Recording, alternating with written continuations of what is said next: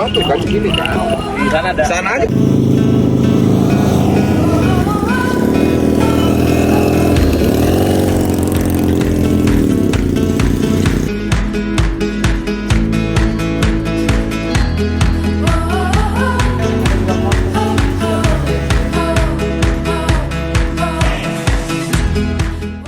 Halo, kembali lagi di perjalanan Laras di Pulau Sumba. Pagi ini kita akan berangkat ke kota yang lebih dingin, yaitu adalah kota Waikabubak. Untuk jaraknya sendiri dari kota Tambolaka ke Waikabubak sekitar 30-40 km.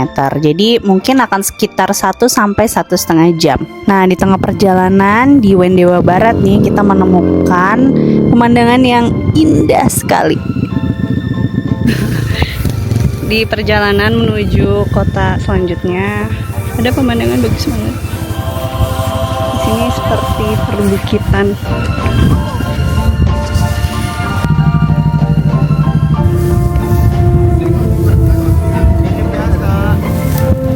Wah, ini salah satu rute motoran yang sangat menyenangkan di Sumba karena penuh dengan bukit savana, ladang, dan juga rumah adat. Ayo. Ada paket tambahan. Lagi sebat. Kalau yang lain sebat, gue ngapain? Sebenarnya sebagian besar jalan itu beraspal dan cukup bagus. Tapi kalau misalnya mendekati daerah perbukitan atau desa, jalannya tuh bakalan kayak gini nih.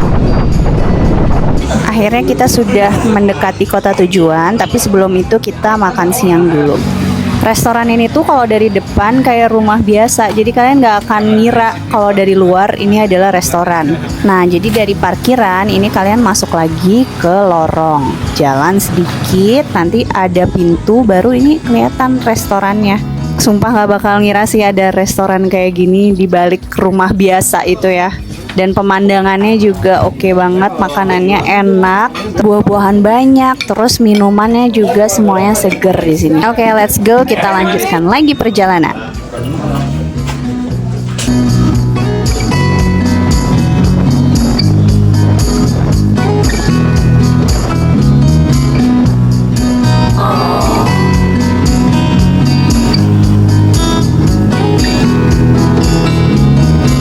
Mampir dulu di Golupoto. Ini adalah nama bukit di Kelurahan Sobawawi, Kecamatan Loli, sekitar 1 km sebelah utara dari Waikabubak. Nah, di atas bukit ini berdiri patung Yesus Kristus tertinggi dan terbesar di Nusa Tenggara Timur. Dan patung itu menjadi ikon wisata religi dan landmark kota.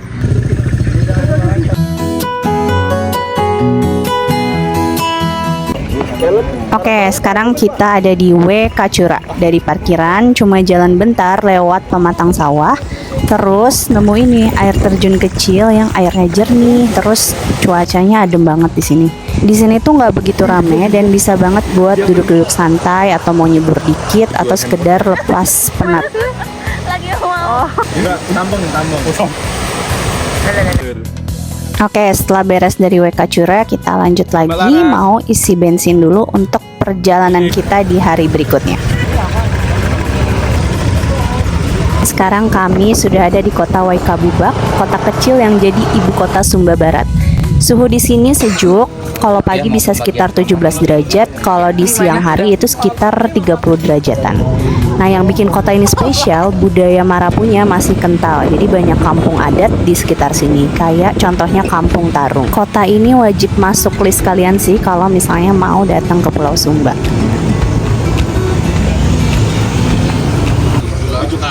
Pagi ini siap-siap lagi buat pindah kota. Hari ini mau ke Waingapu. Jaraknya sekitar 130 km, sekitar 3-4 jam. Berarti ini jadi rute terpanjang di touring di Sumba kali ini. Nah, pagi ini kita akan menuju Desa Adat Praijing, deket di sini, nggak jauh. Lanjut kita bakalan masuk ke Taman Nasional Tanah Daru.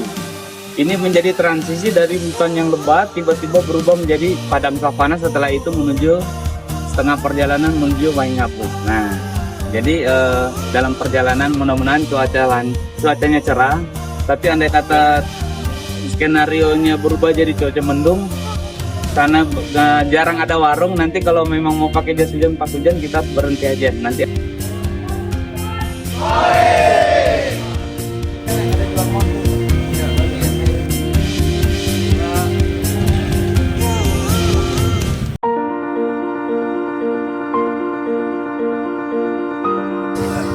Ini dia Desa Adat Prai Ijing, salah satu kampung adat tertua di Sumba Barat. Letaknya nggak jauh dari Waikabubak, cuma sekitar 10-15 menit naik motor. Begitu masuk, langsung kelihatan rumah-rumah tradisional Sumba dengan atap tinggi yang khas namanya Uma Bokulu. Di depan rumah biasanya ada batu kubur megalitik karena di sini tradisi leluhur Marapu masih dijaga banget. Di sini nggak cuma rumah adatnya yang masih asli, tapi juga tradisinya. Salah satunya ini proses menenun kain ikat khas Sumba.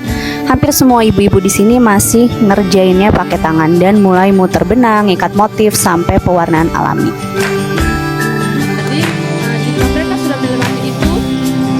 By the way, warga di sini itu ramah banget. Jadi kita bisa ngobrol langsung sama mereka sambil belajar soal budaya Sumba. Menurut aku tuh suasana desanya tenang dan pemandangannya itu bagus banget karena langsung ke bukit. Nama Prai Ijing sendiri itu artinya Bukit Ijing karena desa ini memang berdiri di atas perbukitan kecil yang menghadap langsung ke lembah. Dulu rumah adat di sini dibangun tinggi biar bisa lihat musuh dari jauh karena zaman dulu sering ada perang antar suku. Sini ternyata ada budaya namanya kawin tangkap. Kawin tangkap itu semisal si perempuan sama laki-laki ini sudah menjalin hubungan, tetapi dari kedua pihak ini misalnya ada orang tuanya yang tidak setuju atau orang tua perempuan dan laki-laki, nanti mereka lebih memilih si laki-laki itu. Semisal perempuan itu kayak ada keramaian, contohnya bulan Podo tadi itu selalu langganan Pak, perempuan itu ditangkap, kayak sejenis diculik lah, langsung dibawa ke rumah laki-laki. Nah kalau zaman dulu itu kalau semisal mau lakukan kayak kawin tangkap atau culik tadi itu wajib si laki-lakinya itu harus berada. Artinya kalau semisal pihak dari perempuan, keluarga perempuan minta hewannya berapa pun harus dipenuhi. Iya, karena dia itu sudah kayak sejenis menculik lah anaknya. Berarti dia itu harus benar-benar siap seperti itu.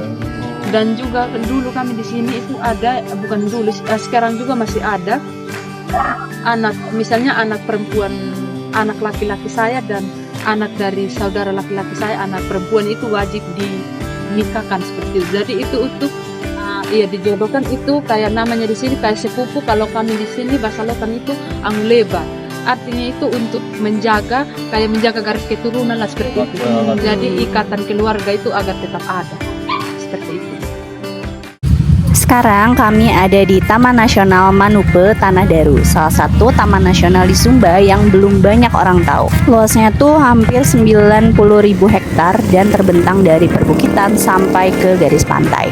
Di sini vegetasinya masih alami, hutan kering khas Sumba tapi hijaunya tetap bagus banget apalagi kalau habis hujan. Katanya sih ya, kalau beruntung kita bisa lihat burung endemik Sumba yang cuma ada di sini, kayak julang Sumba dan kakatua jambul kuning.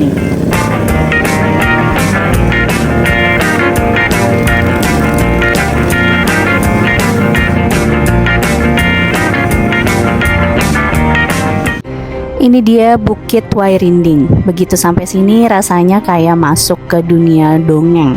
Terus gulungan bukitnya tuh benar-benar luas banget dan padang savananya nggak ada habisnya. Serius deh, kayak apa ya? Kayak lagi syuting Game of Thrones. Terus tinggal bayangin aja ada naga lewat di kepala atau pasukan yang pakai kuda tuh muncul dari balik bukit. Tapi ini tuh di Sumba ya, bukan Westeros. Tapi nggak heran sih, tempat ini sering banget dipakai buat foto prewed, iklan, sampai film. Dan rekomen banget kalian tuh datang pas golden hour. Jadi warnanya tuh bisa berubah jadi kayak keemasan gitu.